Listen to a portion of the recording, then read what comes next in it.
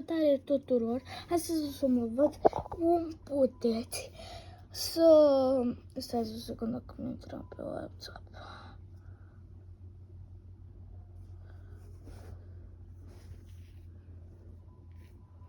Cum puteți să aveți Poppy Playtime în telefon gratis? Ok. Prima oară, uitați, să vă spun, chiar este foarte adevărat, pot să vă arăt. Uitați. Uitați. Se Poppy Playtime 5. Asta nu este o glumă, serios. Ok. Prima oră. Instalați aplicația Happy Mode de pe Google.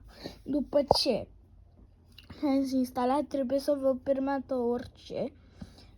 Să îi permiteți voi și da, aveți Poppy.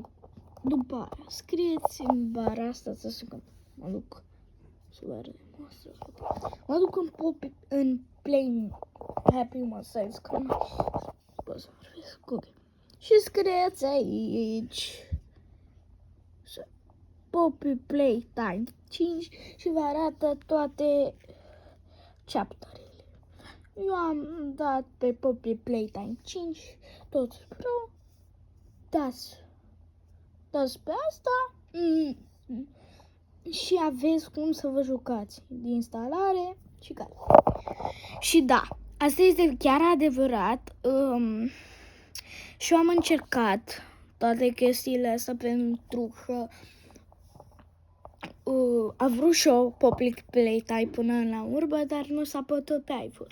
Uitați, vreau să vă spun ceva. Uite, eu am făcut pe telefonul ăsta, poate și pe Google sau orice să instalați, ok?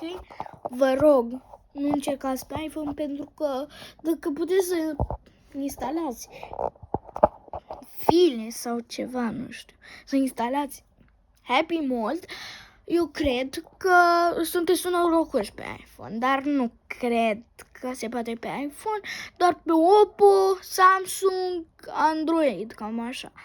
Și alte telefoane care e făcut de Samsung, toate, unele. Și da, ok. Vă las să faceți tot tutorialul.